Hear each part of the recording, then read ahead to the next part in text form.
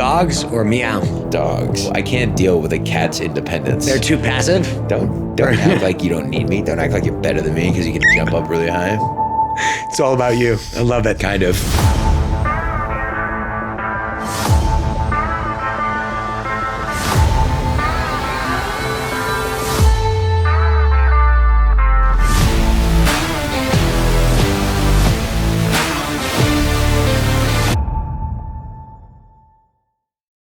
Hello, thank you for joining us on the Evolve Your Brand podcast. I'm your host, Oli Emerkes, and we are recording in the incredible Icon Industries studios.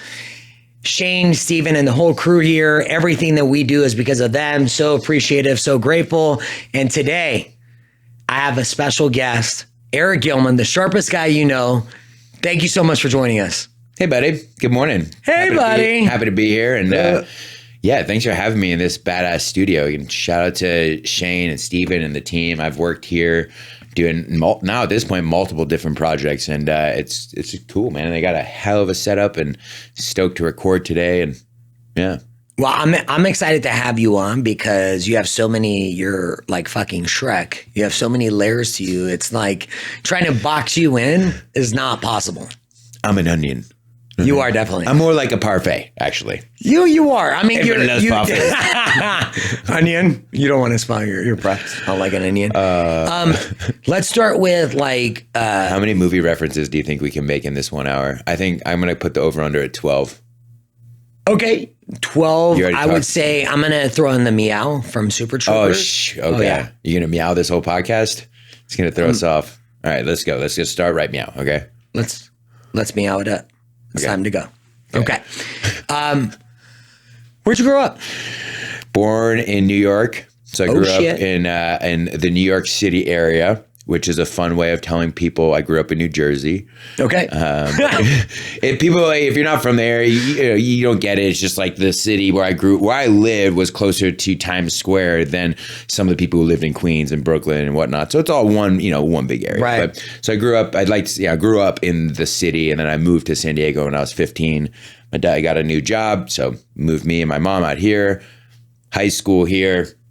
Went to San Diego State, and then my folks actually moved back to the East Coast, and they're back and forth because I got a brother in LA and whatnot with grandkids and everything. But so I've just been in San Diego since I'm 15, and then started my career now when I was 18. So been 17 years, which is wild. Isn't that crazy? Does that blow your mind? Every day, dude. Every day. It's like, oh, man. What blows your mind? That just like I found, so let me just jump into it. Like what I do is I help businesses brand forever using Cutco knives. But the way that started was a high school summer job. So I got a high school summer job selling Cutco knives. I found the job on Craigslist. 17 years later, I've sold like $4 million worth of knives, and it's my full-time career. Not to say that it's, it pretty much is. It's not to say it's not a forever thing, but like I don't ever see myself like leaving Cutco really full-time or even like completely. Like I don't see a point in my life where I'm not some capacity involved with the company. That being said, one of the things I love about it, and the company encourages this too, is it's allowed me to branch out and do so many other things. We talk about in the knife industry, in the Cutco world, it's like our motto is selling knives and changing lives.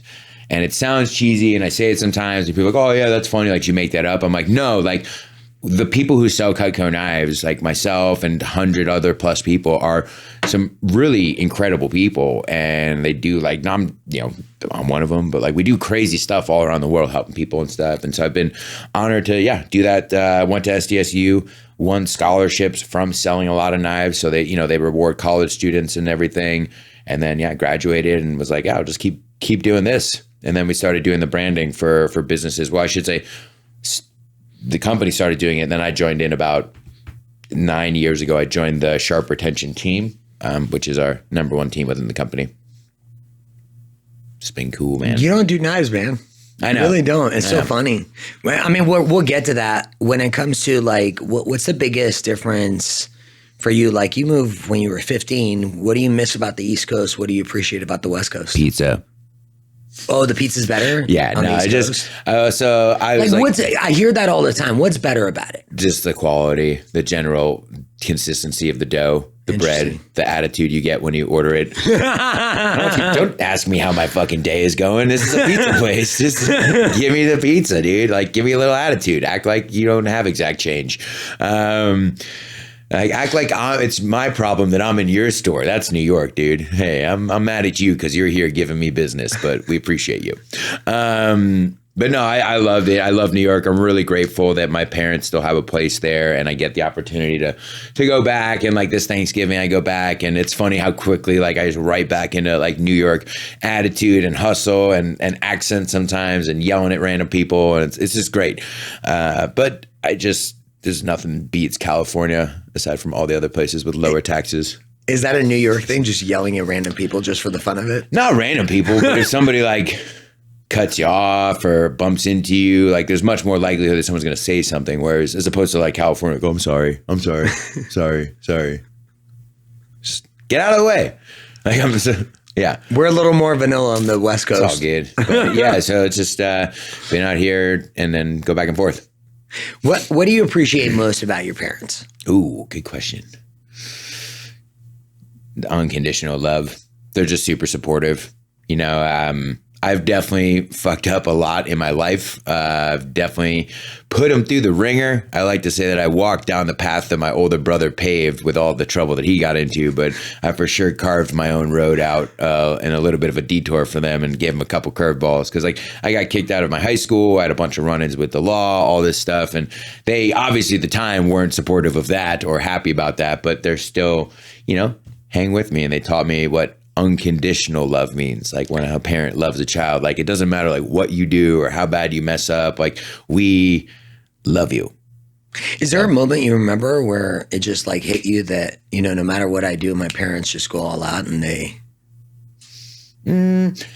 At some point in my like mid-20s, it kind of like all comes to you. I guess maybe by like traveling more and going to SDSU and like just meeting a lot more people and just seeing that like that's, you know, it's definitely not the case for, I would even say most people or like a lot of people. Let's just say a lot of people don't have two parents at home who are still together and, you know, like love you a lot and will support you. And so like, I just don't take those things for granted. And now even like as time goes on and, you know, I'm in my mid 30s and time gets older, it's like, I don't even take it granted. Like I don't miss a phone call from my parents. Like if they call, like no matter what I'm doing, I answer the phone. And it's just like, you know, I'm the age where some of my friends' parents are not here anymore, parents who I knew and I met. And so I just try and cherish and like, even though let's just say I'm not like, me and my parents and Mark Norman, like we wouldn't be friends. We're not like, we don't have a lot of like common, but like we wouldn't like hang out at a party. Definitely not.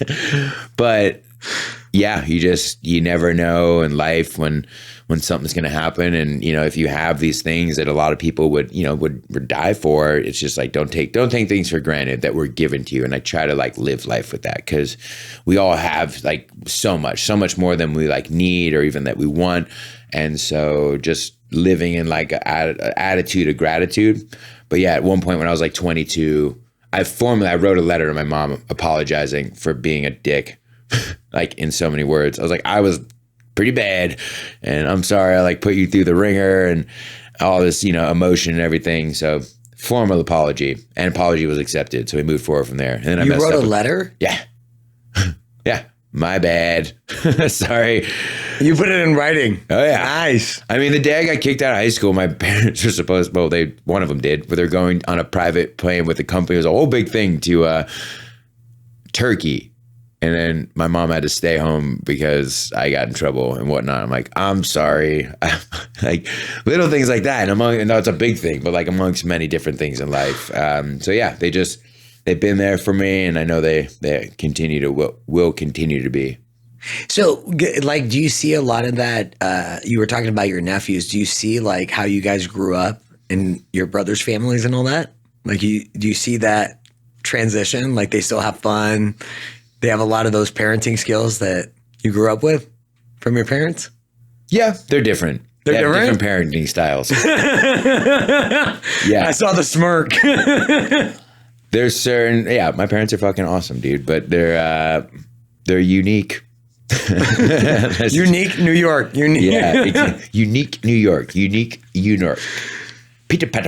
Yeah, that's a movie reference too for anyone keeping track. I did. I was keeping. Yeah. Keeping track. But yeah, my brothers. I got, if you count the one on the way, 5 nieces and nephews now, and then 4 from other friends of family. 2 that I'm godfather to. So keep busy. You know? What do you love about being godfather? That I'm not the regular father. You call me if shit really hits the fan, but I'm here for you, dude. You know? No, I don't really desire to have kids of my own. I really enjoy children, but not like full time. And I feel like I'm the greatest uncle and like coach when I coach football or like anything, because, and people ask like, you really love kids, like you really are great with kids. I'm like, yeah, because I get them for like an hour every other week sometimes. So like I am full on 100% in, but like after like 4 hours, so like sometimes I'll be like, 2 days with the kids. I'm like, all right, Uncle Eric's in the road. I love you, but the kids, I love my niece, but that word again that she learned again. She's 3. I pick her up. I'm like, I don't work out on days that I'm with my nieces and nephews because it is a workout. They know Uncle Eric is strong and can pick them both up, and they're like kids. They're like a progressive weight training thing, right? So every time you see them, they just get a little bit heavier, and you're just like, I got you. What do you, so because you don't get to hang out with them all the time, what do you appreciate about the time that you do spend? Like, how does it make you feel when you're with the nephews? Just kids don't give a fuck, dude. Right? Yeah, they don't care about anything. They're just they're so present. Just all that matters is like this set of blocks for right now, or like all that matters is like, I heard we're going on a walk. They don't even care about that. They're just in it and stoked and curious about stuff. So, and I like to, I don't know, again, being that I'm like fresh legs off the bench, I just like to like listen to what they say. Whereas I think a lot of parents, and I don't blame them, get burnt out. I'm like, I have an idea. And I'm like, what is it, man? Tell me about it. I'm like, dinosaurs, if they wore pants, then they wouldn't have to poop all the time. I'm like, yeah, totally. Tell me more about that. Like, what do you think? Why do you think that? Like, okay. You're letting the imagination go down the rabbit hole. My one niece who's 8, she loves it. I'm a comedian, and she has her own little joke book, and it's hilarious. No. And, she'll like tell me jokes, and let's just say they're great. They're gold. We're working on punchlines. We're working on. She's 7. She's 7. She said, why was the blueberry sad? Because it's a blueberry. Blue. Oh. Yeah, right? Oh. Hey, she's 8. By the time, She's killing it. Killing the game. By the time she's 22, she's going to be a rock star, bro. Yep. What actually, I know you were sharing this story. What was the gentleman's name that led you to like stand-up comedy? David Eucness. David. Okay. How long, when did you decide like the comedy path? When did you decide like, hey, this is legit. I'm going to go all in. I'm going to do this. I mean, I'm still not there. Like all in, like in respect to comedians, you know, and like when people ask me like, how long have you been doing comedy? And like the joke is like, I've been doing comedy since high school, which is like a fun way of telling people I got kicked out of high school. But that's true. I got kicked out for speaking out of turn and like joking around all the time, and a little bit of selling weed and whatnot in the parking lot. They weren't thrilled about that either. But let's just say it was for the jokes.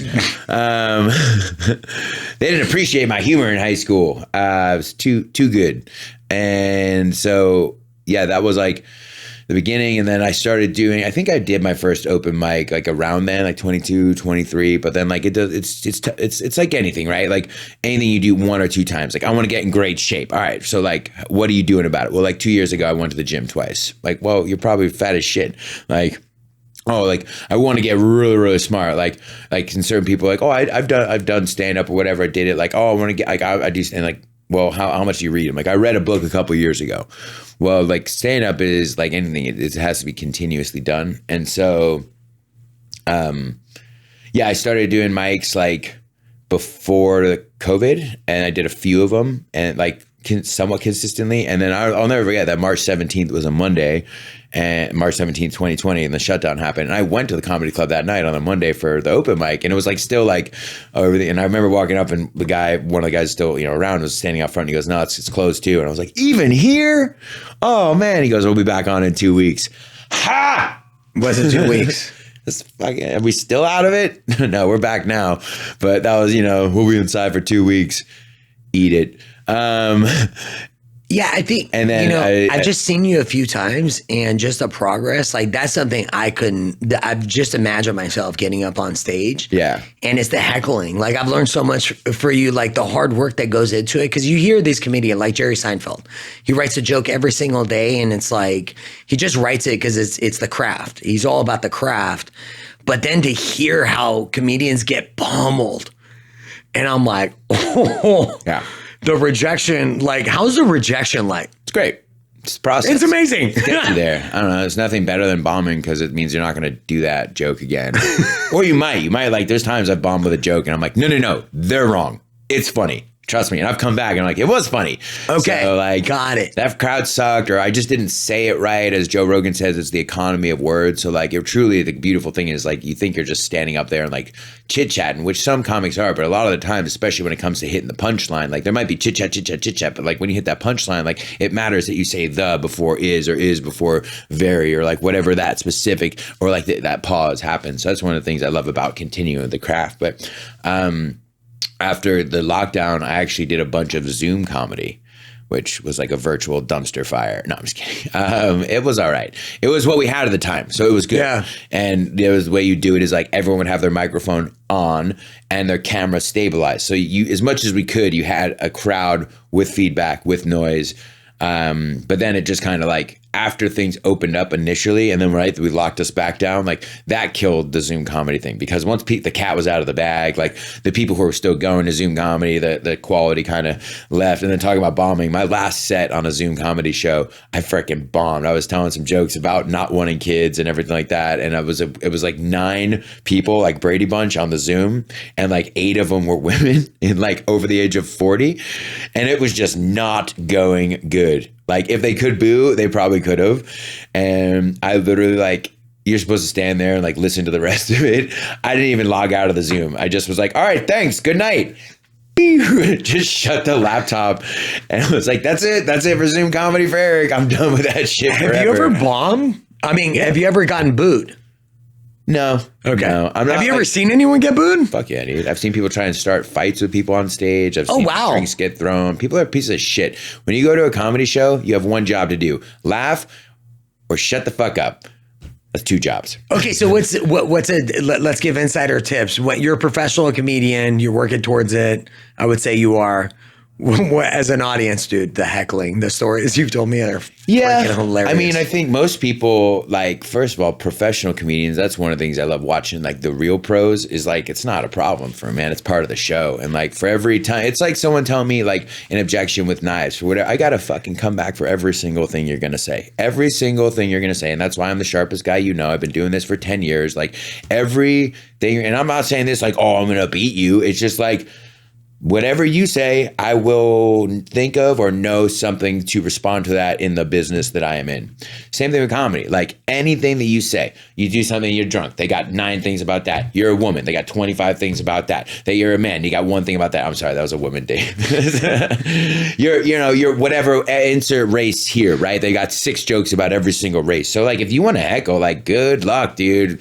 Like, they're gonna slam you. They will win every single time. And when they hit you hard, you're gonna, like, where I see it more times than not, like, it's gonna ruin your night. Like, they're gonna dunk on you. It might take 2 or 3. You might get a zinger in, and then I said it because I thought it was. You're not helping. No one helping with the show. Like, but it's part of the show, man. It's like, it's part of it, right? It's like going to SeaWorld and saying, like, I hate the part where we got wet. Well, you went fuck SeaWorld, man. Don't sit in the splash zone, dude. Like. But for the most part, like, comedians aren't there to, like, dunk on people. Like, we have things they want to say. There are certain comedians who specifically do crowd work, and I love it, man. It's like watching. I saw Sam Talent recently, who's one of the most underrated comedians ever. He wrote a book called Running the Light. It's one of the greatest books about comedy ever. And I saw him at Mic Drop, and it was like one of the best sets I've ever seen, man. And he owned the room. He crowd worked people in the back right, back left. He turned the front left against the front right, and like it was just a magical thing to watch. And I left. My abs were sore the next day. I was just like, I am fucking dying, dude. It was amazing. Okay, I have to check him out. He's amazing, and he's one of the most underrated comics. He's known as the comedian's comic. Okay, Sam so Talent. what is it about the art that that he executes where you have so much respect for it? Like, what does he do to own a room the way he does? Vocabulary and stage presence. Like, it's one thing to dunk on someone, calling them, oh, you're a fucking idiot, or you're Mexican, or you're like, but if you read his book, his vocabulary is just extraordinary. And so he just like will dunk on you, name like, he had one bit about being I'm going to butcher it. It's hard to like take a crowd work and bring it out, but he had a thing about one of the guys looking like a rapist. And then he said something about being ravenous and the rapture. I messed up the term too, but he kills, man, all across the board. Like I said, never try and re-quote crowd work. Cut that shit out. Yeah. Cut it. Anyway. Steven, that was a guest saying cut it, not me. On to the next thing. Who's your favorite comedian besides him? Oh, who's man. your favorite comedian that you've been following for years? People ask me a lot, and it's kind of like asking like, what's your favorite like food? And it kind of depends on the mood. Yeah. Or like even more like, who's your favorite child? Like kind of depends on. Okay, who's your childish comedian? Top like few. I would put Sam Talent up there just because he's top of mind right now. Jim Jeffries is one of the funniest. Tom Segura, one of the funniest people on the planet. Start there. It's just your style, man. It's just like, you pick your few favorites, and there's so many, right? There's the top 100 or 200, but there's just so many. And then who did I see? Oh, you know who I saw at this comedy festival that I loved? Actually, I haven't told you this yet. Is Harlan Williams. So you know him. He was in Half Baked. So he was the guy who got locked up in jail. He was in Something About Mary. Okay. So remember the hitchhiker? Yeah. And he's like 7-minute abs. Movie reference 3. Nice. Right? You remember that part? Yeah. He's the funniest. And I saw him at this festival. And not only was he the funniest, he was the nicest person. And I think that's a lot of the key too, is just being a good person in any industry. But like, he was the only one. I was volunteering, and he was the only one who like came around, shook hands with every single stage-hand, like made sure that they felt appreciated. And not that anyone else was a dick. They were just, doing the thing. But yeah, I got a chance to talk to him, and so as we know, comedians have sets, and he did, I saw him do 4 different sets, and he did different jokes every single time, which is like the equivalent of a baseball player getting up at bat 4 times and batting twice right-handed, twice left-handed, or even crazier. Right. Like a hockey player having a right-handed stick the first period, a left-handed stick the second, and a right. Like, dude, that's skills, right? And then he was just so silly, man. He's so funny. And then I got a chance to tell him I really love him, and he goes, 7-minute abs, and he said the line like right there. I was like, cool, man. Yes. That was at the moment. You're like, I love this guy. He's super nice. And that's what it is, man. Just be a good person. It goes super far. Yeah, see, and that's the thing. Like, I don't have a problem with public speaking. Like, doing stand-up comedy, I'm like, just seeing you do it has inspired me. I'm like, dude, one day, like, I want to write a couple of jokes, because Steven's right. I'm not funny, but I think I'm funny. That's all that matters. As long as I make me laugh. Yeah, man. And people like, oh, I want to do it. I should do it. Like, why don't you do it? They're giving the mic to everybody on a Monday and Tuesday night. Oh, I don't want to wait. Yeah. Well, then you don't want to do it. Yeah. Like, they don't want to do the process. I don't want to sit around, because if you don't like, and this is comedy, this is selling knives, this is getting in good shape, this is building a business. If you don't like or can stand eating a shit sandwich for a couple years, well, then get it off the table, man, because that's all you get for your first course in anything. It sucks. Everything sucks about starting everything new. Nothing is great when you start. You're never good at it. It's always frustrating. There's always people better than you, but there's always people to learn from. That means there's only one way to go, which is up. And, just put in the time and like, but yeah, most people with anything, right? Comedy, but especially comedy, because like your ego is involved. There's a lot of emotion. It's bright up there when you get up there by yourself, even as a speaker, you're like, it's called settling into the pocket, like into the pocket, like a quarterback. Like it takes about, I would say 50 reps, like getting up there before I first started feeling like, all right, what's up, everybody? Like, let's have a conversation, as opposed to like, all right, I'm going to say this, I'm going to say that, I'm going to say this and that. It's like, howdy. So here's an idea. As you would tell someone you're talking with, that one of the best pieces of advice I got early on is that comedy is the best dialogue. It's a dialogue. That's the word I was thinking for. A dialogue disguised as a monologue. Okay, comedy is a dialogue disguised as a monologue. You think the person's Makes up there sense. just talking and talking and talking, but what's actually happening is you're talking back through the laughs, through the, oh yeah, I know that, or yeah, I did that one time. Like this is a back and forth. We're like friends at a party making you laugh. It's not like me telling you why you should laugh. It's like, you know, imagine if you added, you know, anyone who, oh, I'm funny and I can do that. But like, think about the times you were funny. Were you just talking nonstop at the dinner party? Or were you saying something, everybody fucking dies laughing, and then you say something else, everybody dies laughing again, and then you start talking and someone else says something, right? As opposed to like, and then this happened, and then you wouldn't believe it. You think you're the biggest asshole in the world if you did that at any conversation ever. So it's just a conversation, right? So that's why I think it's great. How has doing comedy made you better at your craft? I mean, it's night and day, you know, because I'm a speaker, right? So when people go, what do you do? I'm a professional speaker. What do you speak on? I speak on comedy, motivation, and education about retention.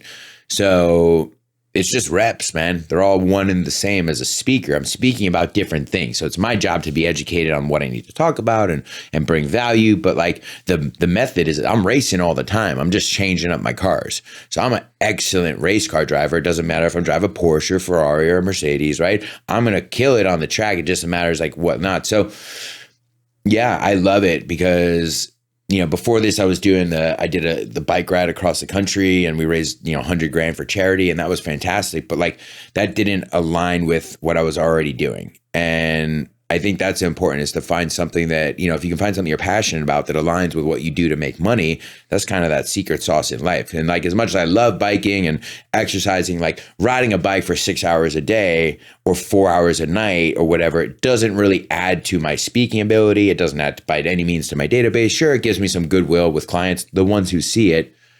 That was crazy how many people I got back from the bike ride and were like, are you going to do the bike ride? I'm like, did you not see the 90 posts, the 15 emails? Like, dude, people. No. Oh, yeah. A lot. Like, not a ton, but like 1 out of 50.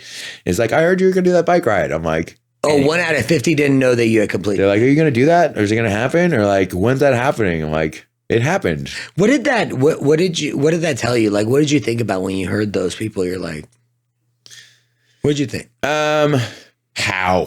Like, it's just the algorithm, whatever, you know, call it the placement. I was using mostly social media, but we emailed people about it. We texted people about it. So I don't know. And, you know, it's kind of like that realtor who never answers the phone. Like, I don't know what it is that you do all day with your telephone, but mine is an active piece of equipment. But yeah, so like I was talking about like marrying the stuff. And I've just really enjoyed like being able to like do essentially comedy as part of my job, right? Because I speak and I do my thing and I have my jokes about selling knives. Like, oh yeah, we put a mini billboard in the most used room in the entire household, which is what? Bedroom, baby, right? Like, and people, you know, you get to, I'm like an example of when I do my message with Cutco, like what they would call almost a hack comedian, meaning I do the same shit every time. I've been doing it for almost a decade. I sell the same jokes. Like, I do change it up a bit. But what this has given me the opportunity to is like take a joke that I don't have time to do at night and like put it into my thing, see if it works. And like, all right, well, because one of the hardest things to do with comedy is get stage time. Like, right, like get up on a stage, like open mics, you know, 60 people going out to get 3 minutes on a night, and then to get on a show. Like, I'm grateful I have a lot of shows and people I work with, so I'm able to, but I only do about one a month. So getting stage time is like not easy. But I have, you know, today, a perfect example, I'm going down to KW Metro and I'll do my pumpkin speech, and there's 65 people there, 70 people there, whatever. And that's not even, you know, comedy. I did another one where I went out to, I was in La Quinta in the desert, and it was an office with KW out there as well. And I've done it 80 times, and that like 90% of the people already use Cutco gifts. So I came and I was like, so let's, you know, hey everybody, and I'm sponsoring lunch, and I just want to just say hey, and I'm like looking around, like we work with everybody, so mostly just want to come here and say thank you. And for the other 10% people we work with, like let's get it together.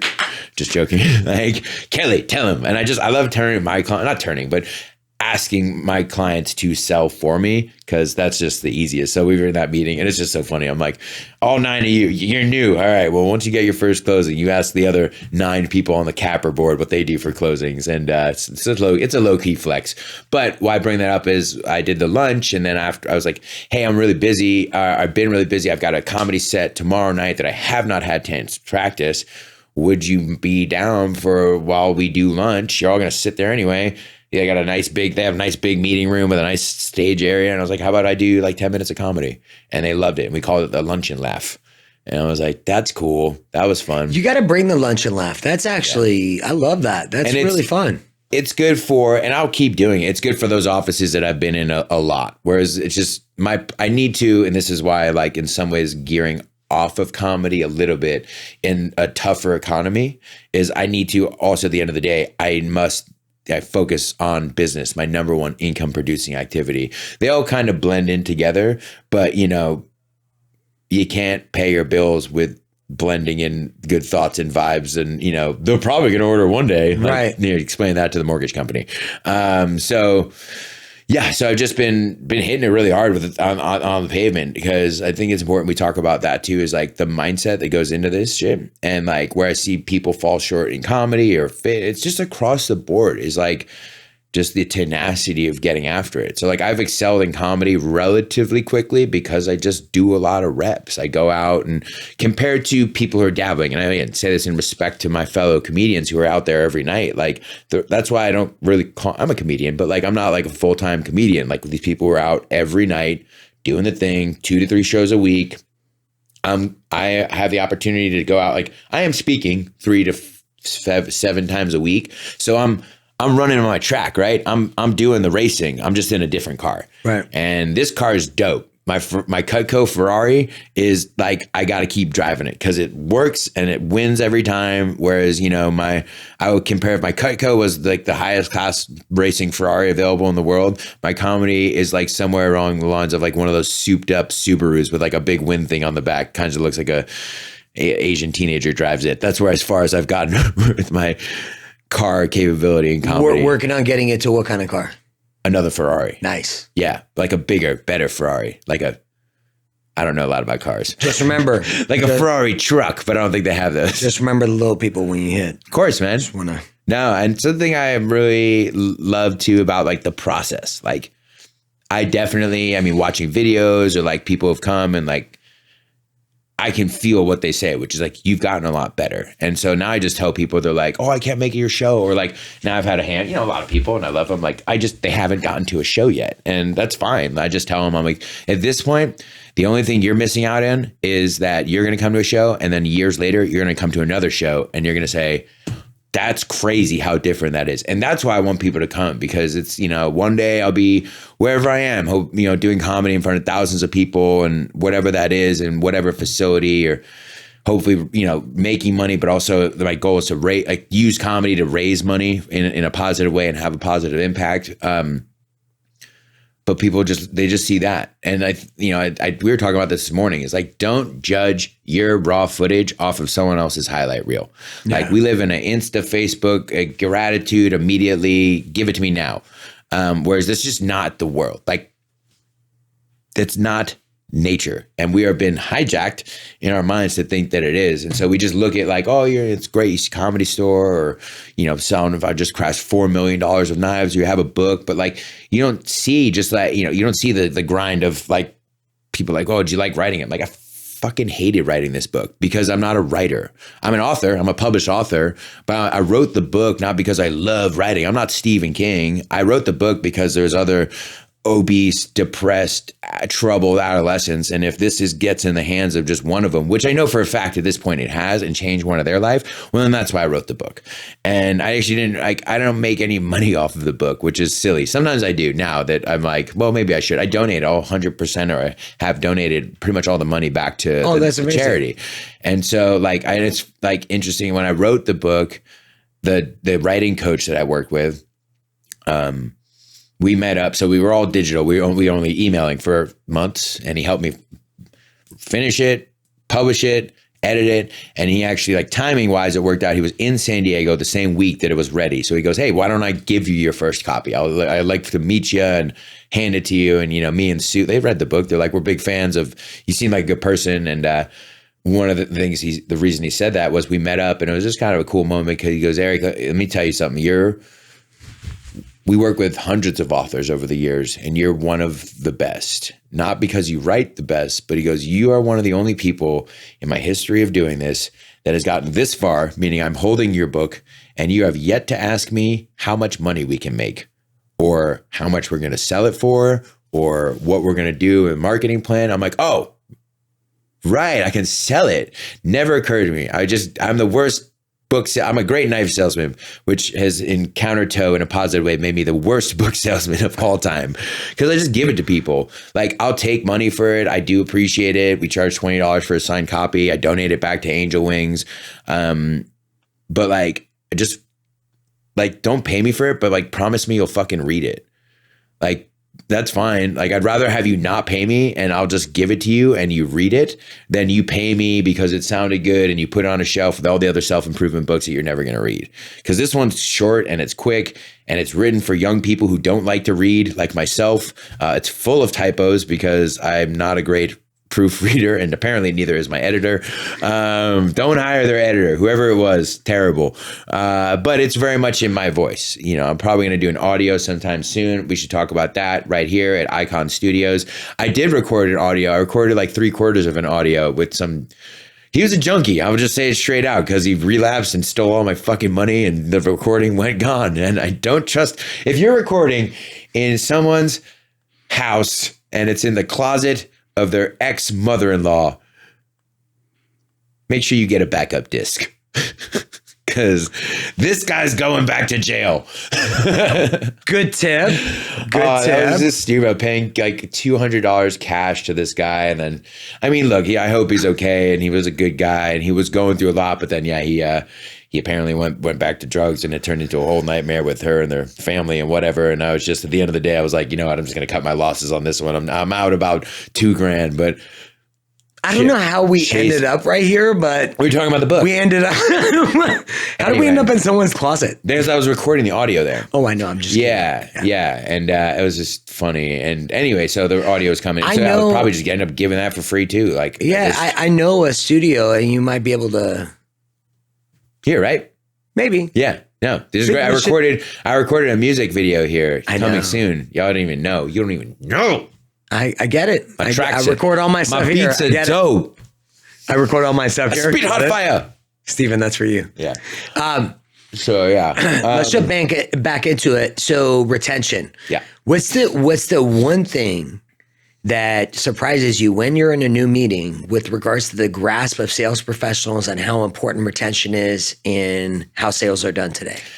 Good question. Yeah. So I call myself a client retention specialist, and that's a term that we made up internally, to be frank. But the reason I can call myself that is because sharp retention, 80% of our business is repeat business. So it's repeat and referral based business. So we teach that to teams, offices, brokerages, whatever. And now look, there's a difference between a sales cycle between a home and a knife. I obviously understand that. But wouldn't anybody be interested in building a business that's 50% repeat and referral based business? And then don't talk to me like a lot of the top producing agents who we work with, the Kyle Whistles, the Dan Beers, that's incoming repeat and referral based business just because it's new leads, but those systems have created that incoming So I have a class that I teach called 7 Keys for Lifetime Relationships. Not just clients, but I used to call it 7 Keys for Lifetime Clients. But this is stuff you can apply to everyone around you, because especially if you're new or you're struggling in business, like you might not have 25 what we call gold clients or A+ clients you want to appreciate, but you might have those people in your life. And the only thing is, don't get it twisted. Let's be really clear. The only thing that a business owner owns, you, me, every single realtor in San Diego, or whoever for that matter, your relationships. That's it. You own your sphere of influence, the same thing you got when you came in here. Nobody in here owns realtor.com. Nobody's a president of NAR. Nobody's getting leads flown in for them that are from top secret facility or anything like that. But the point is, you own your sphere. Now, are there other ways to get clients? Of course, marketing, high level stuff, door knocking, all these different things. And there's 2 buckets in this business. This is really important. There's lead gen, and then there's goodwill client relationships. Okay, don't rob one to pay for the other. So often we're lead gen, lead gen, lead gen, lead gen, lead gen, lead gen. Oh, I forgot about those people. And that person who bought the $500,000 condo 2 years later went and bought a $1.4 million house from somebody they met at a freaking barbecue because their cousin said he's cool. Don't tell me it doesn't happen every single day, right? And so why are those people not using you and you forever? And so to get to your question directly is, where do I see most people falling short? It's a lack of database management and frankly, having one. I'm actually, where I say shocked, so I give 7 keys for lifetime clients. I'll just give them to you right now. So number 1 is having a highly organized CRM. And they start simple and they kind of ramp up in what I say complexity or fun. Have a highly organized CRM. Number 2, organize a gold group or A+ group of clients, preferred clients, 20 to 25 people who you want to strategically appreciate through the whole year. Number 3 is start asking questions to those people. What do they do? What do their kids do? What do they like to do? What are their favorite charities? What are their sports teams they like? We send out something called an all about you form, which I can share with you or whatever. Asking good questions to find out who your clients are. Number 4 is be a connector, give high quality referrals. I know you're killing at that. Number 5 is never eat alone. So make sure you're taking a client or a relationship out twice a month. Or it doesn't have to be it doesn't have to be food, right? We're so American and fat, everything is food, but it can be, we work out together, me and you, right? That counts. That's the same thing. I've ridden bikes with people before. Shout out to Jason Weldy. I've ridden, I've worked, again, it's all workout. I have eat with people. I've got 2 lunches this week, go to coffee, tea. I don't care what it is that you do. I care that you make the time to do it, right? And find those things with your clients. Number 6 is send birthday messages. That's that's a whole nother talk in itself, but just do it, whatever that means to you. And number 7 is invest in a gifting system that keeps you top of mind forever. And that's what Cutco is we brand the gifts. We keep you in the conversation, in the most used room in the whole household. But that being said, I ask at the end, what's your one big takeaway? I ask everybody, what do you want to share? And I'm a little shocked that most people say, number 1, I'm going to organize my database. And I'm just like, how have we not gotten there yet as people who are in business? But the best time to plant a tree is 20 years ago. The second best time is today. So I'm not pointing the finger. I'm just as guilty. My first 6 years of selling Cutco, my database was just an Excel spreadsheet. It was madness. It was different colors that made no sense. And, notes from 3 years ago that gotten forgotten about. No follow-up system. So the point is just have something and just start loving on your clients, because it's important to know it's 5 times more expensive to get a new client than it is to retain a current one. That's facts.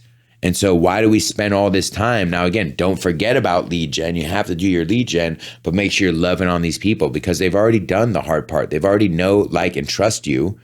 And so it makes sense that they use you and only you forever. How much time do you spend on follow-up and client acquisition? Well, those are 2 separate things, right? Yeah. Yeah. So total, how do you split up your... I think that's important to know too, right? Because this is something I, up until somewhat recently, kind of got twisted because I was like, oh, I'm busy with my day and I'm doing 2 events and that's new client acquisition, but I wasn't doing any follow-up to our past clients, right? And it was like, we have a team, they call it a place order, they call it to make sure you need orders and everything, but I wasn't sending any love. I'm just like, making sure you have your gifts. And that in itself is a service. We are adding value, but me, the other sharp attention people, any good salesperson, you got to go past the value of what your business is if you want continued repeat referral-based business. If you want someone to use you, fucking sell them. If you want someone to continue to use you, befriend them and solve a problem in their life that doesn't have to do with real estate. You need a plumber, you need an electrician, you need HVAC. You should have all this stuff. Be a connector. You're the killer at that. But yeah, I forgot where I was going. I fell off. No, you nailed it. It was like, I was asking about the time that you're allocating follow up, because that's the thing. It's like, as I put it in my schedule, it gets done. When it's not in my schedule, it happens. I've noticed myself working on my business or in my business way more than I am on my business. Yep. And that's what's slowing things down. Yeah. Yeah. No, I think the follow-up, the fortune's in the follow-up. That's case in point. But it's just the truth. And I recently trained, we were talking about with the number 1 rep in the company, and she's just better at follow-up. She does 20 active calls a day. So meaning not oh, it's wrong number. Oh, they didn't answer. 20 calls, conversations, video messages sent, or follow-up messages sent along the way. And it's just that, man. It's really that simple. Yeah. Like, it's so simple. It's just not easy, right? It's so simple to make 20 phone calls a day until it's 3:30 p.m. Your stomach hurts a bit. It's been a really long day. You've actually sold a whole bunch for the day. That's when it's the hardest, right? That's when it's the hardest to be hungry, is after you just got fed, right? And that's what separates. I think that's what separates champions and winners or top producers is it's always on to the next one. It's always on to the next one, whether it's good or bad, right? And something I learned early on with Cutco is like you have to completely emotionally detach yourself from your results. You can attach yourself to the reward at the end. I'm working this hard because I want this vacation. I'm working this hard because I want to pay that debt off. I'm working this hard because I want to go here with the family or whatever it is. But you can't let a short-term win or loss get you down, because we'll throw the whole thing off. And yeah, just be 100% emotionally detached. And that's just, I think, where a lot of people struggle naturally, because we're emotional beings, man, you know, but the faster that you can move on to the next, because the people who are successful are doing it. So that's the fact. Well, and I also think, you know, when we'll move to branding in a second, but I was thinking about your tribe. You know, I said to you, we were talking about doing the sauna thing. It's like who you surround yourself with. You doing the level up dad, I think. You're doing 50 push-ups in a row. You're like, hey, I never thought I could do this. And I think the cool thing is, like, that inspired me. I'm like, dude, every day I'm seeing him being consistent, Hernan being consistent with working out. It's like the people that win, they're just consistent with their behaviors. Yep. That's all it is. Yep. Their habits. That's the one common theme. They're doing the same thing, same day, consistent about it. And even when they fall track, they're consistently back on it quickly. I wish it was a more complicated answer, but it's not. Yeah. Took a long time to learn that, but it's easy. What does brand mean to you? Brand is what someone thinks about when they hear your name or when they hear your business. Like Kleenex, what'd you think about? Soft. Yeah. Nose. Tissue, right? Tissue. It makes me feel better. Elmer's glue, right? That's a brand, right? Or Band-Aid. Like, you know, Band-Aids are a thing. That's not like a thing. Band-Aid is a brand of a bandage. So there's actually a guy within Cutco, and he's always said, he's like one of our, you know, top of all time. And he said, I'm going to keep working with Cutco until knife is synonymous with Band-Aid, just like Band-Aid is with bandage. Or knife is Cutco is synonymous with knife, just like Band-Aid is with bandage. Or Cutco is the same as knife as Kleenex is as tissue. That's such an incredible why. Yeah, he's a great dude. He's all product. So yeah, brand is just what people associate you with. So like, I'd be the sharpest guy, you know, like cutting edge, or like he's, you know, funny, or this or that. So sharp in multiple ways. Yeah. So just what people associate you with, and like that might, and like for people who aren't, you know, in the industry, it's like that might be good, right? Or it might not be good. But your brand is your projection of your intentional inner self. And people's perception. Intentional inner self. Yeah, it's your projection of it, but then that can also get like skewed by who you actually are as a person. So for example, and this is part of the reason I don't really drink, is like I'm the sharpest guy you know, and drinking dulls me out. It makes me like, you know, like all of us, sloppy, can't remember it as well. I can't remember things that happen, which I fucking hate. Right. It's like having conversations with people that were powerful and good because you're vibing, because you have this thing, oh, alcohol, whatever. And then you don't remember what you talked about the next day. You remember that you talked, but you don't remember like the details or anything. So, you know, it's just that, so you can mess up your brand by not just, you know, alcohol, but just in general, right? Or like going, like you can be the greatest speaker in the world, but if I'm going on Facebook every day and posting racist shit or, you know, hateful things in today's world, whatever, it's like, that's your brand now. You're like funny guy, but kind of like an asshole. Right. And you don't want that. So. Yeah. And I also think it has to do with your target audience. There's some guys that are out there and they're, you know, portraying a brand of being an asshole. And if it works, like, I guess the thing that I look at branding is if you're authentic, like that's who you are, you'll attract your tribe. It's all good. Like I'm not the judge, as long as you're not impacting anybody else or causing harm, whatever. What's the difference between branding and marketing in your opinion? Marketing is how you get your brand to people. So like that's the vehicle, right? The brand is the destination, but the marketing is like your vehicle. So there's no end to how you can market. So just, pick your lane, dude, and kind of commit to that one or two would be my advice for people. Like, you can hit it anywhere you want, but yeah. Yeah. So where are you taking your brand and how are you leveraging your marketing to get there? Yeah, good question.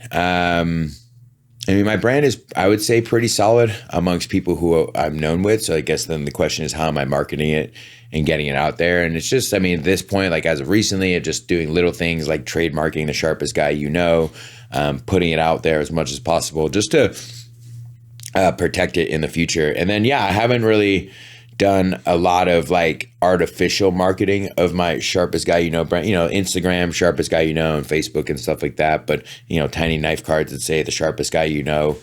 But oh yeah, that's the business card. You go, is that your card? Like, well, I bought the cards. Like, it's a perfect example of like what's marketing, right? This is an example of great branding right here. Well, and that's it, right? So we'll use the card as an example. Like, what's your brand and how are you marketing it? Well, I've been doing this for 17 years. I've been selling gifts to people for a decade. How many times? So, Eric, what do you do for work? We take high quality American-made knives and we custom engrave them for business owners, and they give them as gifts. Like, what do you mean? Well, it's like, you've ever heard of Cutco? Like, yeah, it's great. It's high quality. And like, yeah, we take those, and you know how like businesses need gifts that are like high quality engraved? Cut all that shit. What do you do for work? That's what I do for work. What do you mean? See the knife? Just like that. Bigger, sharper, shinier. Any questions? My phone number's on the back. So it's making it simple. I love it. Now it's like sometimes people like, they'll be like, what do you do? And I just give them the card. And it's kind of like, sometimes I feel like I'm being kind of a dick, but honestly, I'm just like, because my job is to explain my job. Yeah. So when someone comes up to me and goes, oh, tell me what you do, you are now not just asking me to tell you what I do, but you're asking me to do my job. Like, hey, we're at a bar right now. Like, tell me what you do. Like, you ever heard of Cutco before? We take high quality American made. I don't want to do it. I did it 19 times today. Go on. Where'd you get the idea from? The knife card? Yeah. I came up with that. Yeah. I can't say that too, because I did. I was the first person, because the company that I made them through has gotten a lot of business from me, from other Cutco reps. Doing the same thing? Yeah. It's brilliant. Yeah, and I don't care. All my stuff is stealable, duplicatable. It's kind of like the book, dude. I don't care that you buy it or not. I care that you read it. I don't care if you love my card or not. I care, like, do something about it. Like, make a little house-shaped business card, or a moving truck-shaped business card, or a whatever. Money, like you give money for a living. Like, why isn't your card shaped like a dollar bill? I don't know. I'm just... I appreciate like all the things that you're doing. It's like, how can I share the struggles I've gone through, what I've done to help people make a difference in their lives? I think that's like the purpose of life, man. Thank you. Appreciate that. Like, what are we doing here if we're not like using our story to help people be better? And if you've done something, like I say, if you have an ability to help somebody, in a lot of ways you have a responsibility to help somebody, right? So like, I wrote the book because not like I didn't want to become a best-selling author. Like, there's other kids who needed help, right? Like, I do this branding shit because, one, it's an amazing job and the income's great and all those, all the things that I love about my job. But at the end of the day, like, we have a responsibility to do it, because otherwise business owners are going to be buying shitty gifts that don't result in long-term top-of-mind awareness and retention. And people, oh, what happened to you? Go do something else. I'm like, well, then you're all going to buy shitty gifts again, and then I won't sleep all night, because y'all doing worse business. And at the end of the day, who suffers from that is the people you're trying to help the most. I don't suffer because you're not getting referral business.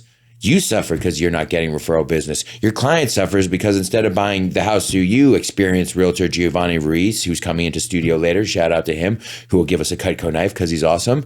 But now I got to go now because I didn't get retained well. Now I bought the house through that cousin's friend who I saw at the barbecue one time. And it turns out he sucks because he started in 2021. No offense, who did. And he doesn't know shit about real estate. And now instead, because I wasn't top of mind. So like, I'm passionate about it. And I truly believe like what we're doing for agents is helping their business. And it's not that I believe it. I know it. Like, right. I've been told it. I mean, I wish I had talk about content, like somewhere, like we should maybe make like a compilation video of just like client testimonials and such. We can. We have a few they're just older, but at the end of the day, like people who like testimonials are great for what we do, but here's the funny thing: like, if you don't get it within the first 30 seconds within Cutco, like, we're not gonna work together. Now, I understand, not to say if you don't buy it in the first 30 seconds, but if I explain the program to you and you're like, oh, that's nah, then like we're never gonna work together. Yeah, that I agree with. But the people who we always end up working, like, oh, this is great, I love it. Like, I understand you don't have the money right now, or you don't have those closings. Like, totally, we'll be here for you whenever you need to. But people are like, oh no, I don't like it. Doesn't like it's not really a great gift. I'm like, we're never gonna work together because you don't understand. Exactly, right, dude. On to the next. The only thing. Say this on camera. You're like, what's the word? The one, like, my pet peeve with my job, I'm just going to say, because maybe we'll cut down on it. Like, I don't want to hear about what your other gifts are. Like, whenever I'm like, do you have any systems like this for your branding? And people just go into, no, we do gift baskets. I'm like, no, I was talking about branding. Like, we're talking about branding pieces, like, do t-shirts, sharp. Like, I like hearing it. You just hear so many times, like, oh, we do these really nice custom wine glasses. Like, oh, those are going up in the closet. They're never going to touch them. Oh, we do a painting of the house. I'm like, oh, it's going to gather dust over time. Like, oh, we put together a really nice basket with pool toys. I'm like, it's gone in 90 days and they don't give a shit about the pool toys. But, you know, whatever, do you. That's what I say in my head. Sorry for anyone who has told me that before, but just buy Cutco. Just save yourself the time. I think it's best being real. The other thing I want to ask you about don't is, you get it, man? Since Just you went it. there with the Cutco in our industry, do you recommend that they get it engraved with their information and the family's information on there? Like, what's your suggestion to make the most powerful impact on the people we serve? I recommend just getting it, first of all. No, we can talk about the engraving later. I know, and I truly like believe that, because it's like whatever you engrave on there, yeah, because this is where I'm going to challenge you, because I am of the thought that we're here to serve, so I'd rather put the family's name, and I also agree you got to reinforce your branding.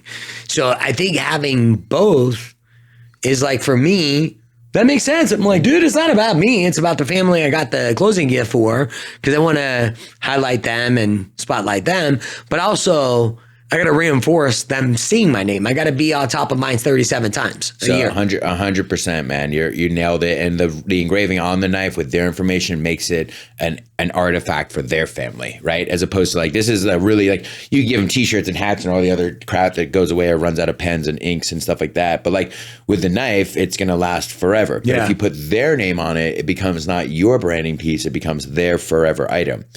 That being said, the reason that I highly recommend making sure that your name is on it, number one, it makes it 100% tax deductible, right?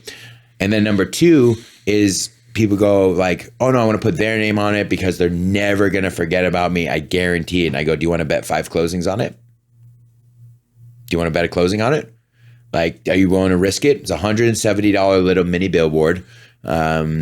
Or they go through someone else sometimes. Yeah. And that I dabble with that one. But people like coming up on me are like, no, I don't like see the value. I'm like, all right, whatever. Like, first, you don't see the value, you don't see the value. But no, so the best engraving I recommend is doing we do what's called a discrete engraving. Yeah. So we take the total logo and we shrink it down to about the size of a quarter, and we put it on the back side of the blade. And so it still keeps you top of mind, because at the end of the day, only, according to NAR, I'm not making this shit up, only 9% of people can name their real estate professional just 3 years after a transaction. 86% of people said they would use you. 8% actually do. Those are the raw numbers. That's as of 2021. I checked that number, 8% is down from 9%. So that's a bad trend. But the point is, at Sharp Retention, we're trying to raise that number and make all of our clients part of that 8%. That is our, end of the day, what we're trying to do here. Get you in there. Your clients should only use you in the future. And by giving them not just 37, but 300 extra soft touches a year every time they're in the kitchen, not just Christmas and Thanksgiving and all the other cooking holidays. We're talking about every apple, every peanut butter and jelly, every piece of celery. And so it's just like, it just reinforces that little thing every time. So it's selling knives and changing lives. Selling knives and changing lives. Selling lives? Yeah. All right. We're going to go to 60-second rapid fire, and then we'll wrap it up. Dogs or meow? Dogs or cats?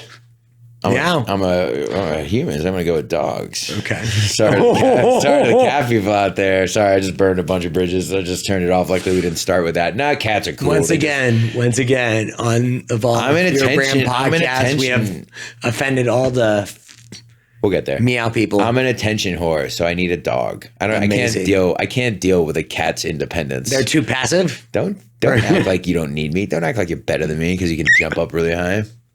It's all about you. I love it. Kind of. Favorite pizza shop? Ooh, Bronx Pizza. Yeah? Yeah. Oh, what are you getting, bro? One plain, one pesto, or pepperoni mushroom. Pepperoni mushroom is usually my go-to.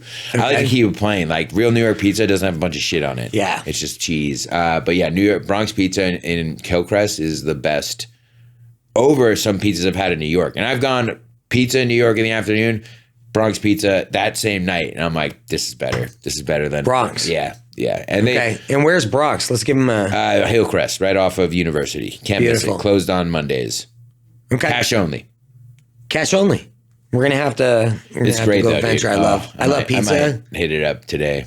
I think you should. And then send me a picture since I'm on my water It's fast. tough because it's right next to a comedy club, but the comedy club is open on Mondays and they're closed on Mondays. So it's been sweet. It's been tough. But yeah. Awesome. Favorite part about living in San Diego?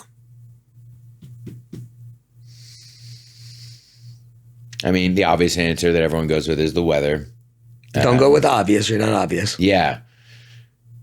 Just the general scenicness of the city. You know, I travel a good amount and like, it really is, I do believe, like America's finest city. Like it's beautiful in so many different areas. Like downtown has such a beautiful skyline in La Jolla and, you know, North County with just rolling hills and beautiful homes. And then there's East County with, you know, beautiful rolling homes and slightly smaller, beautiful homes or slightly bigger, beautiful homes, honestly, in East County paying the same price.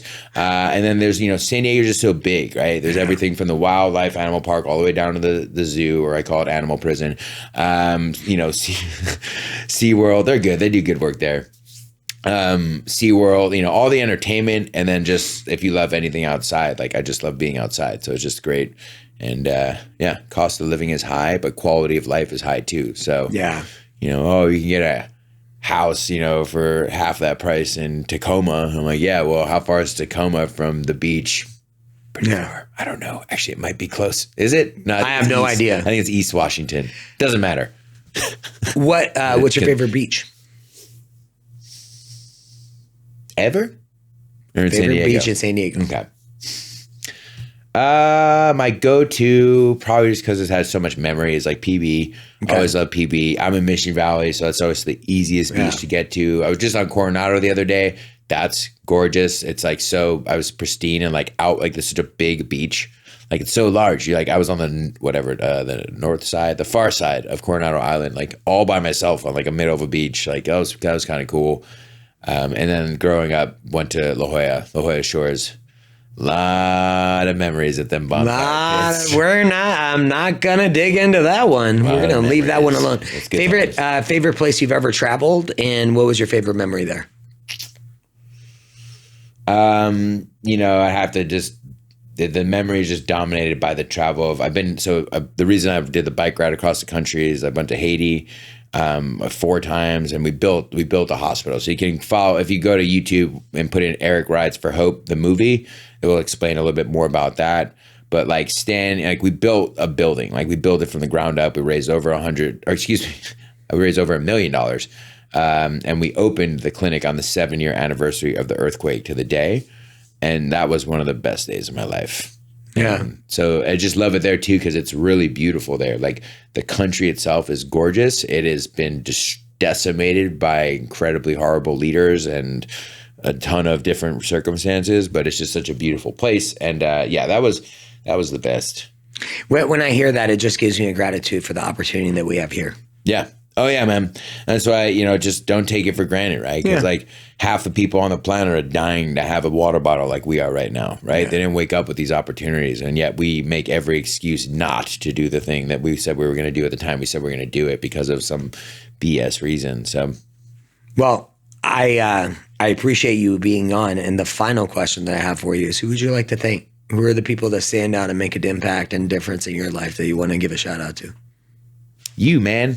Oh, I appreciate you, brother. Yeah, dude. You know, have a lot of positive influence on not just me, but our entire community, and, you know, just have, you know, giving me the opportunity to put this voice out there. We've been friends for many years. We met at a networking thing, and we had the Justice League, which was our 5 a.m. call for many years. And that was, you were like one of the OG members. So just friends who keep you accountable and like raise you up to a higher level. Also shout out mom and dad. But like you've been great, dude. And introducing me to, the Shane and the Icon team and all the opportunities that have come and will come from that. And just stoked to be here and share and just tell people like, just be grateful and like do more. I don't care what you're doing, but just do more of it, because there's people out there who can't do any of it, and they would kill for the opportunity that you have to do whatever it is you're doing, whether it's, selling homes or shoveling poop at the circus. You have amazing opportunity because you're born here now more than ever, a place where there's a lot of freedom to not just say what you want, but be what you want, to grow however you want. And despite all the challenges that are out there economically and the social things, like we won. Like if you're sitting somewhere watching this on a device with internet and you got clothes and you're not starving and you're going home tonight, like you fucking won. So like do something about it. And it's not saying, bike across the country or go, do stand up, like go do something. Go make 5 more phone calls, because 5 more phone calls can equal, depending on your job, $500 to $10,000 extra in income. And don't tell me you can't change someone's life with $10,000 of income, because there's certain people I know who are listening to this who phone calls are worth $1,000 sometimes when they make the right call to the right person at the right time. So, or $10,000 or $100,000, depending on where you're at. And so utilize this opportunity that we have, this amazing life, and just keep moving forward, man. Appreciate you, man. Eric, the sharpest guy Gillman, we'll drop all his handles. He's the type of person that just makes you better for having them in your life. Thank you so much for joining us. Appreciate it, Doug. We're out.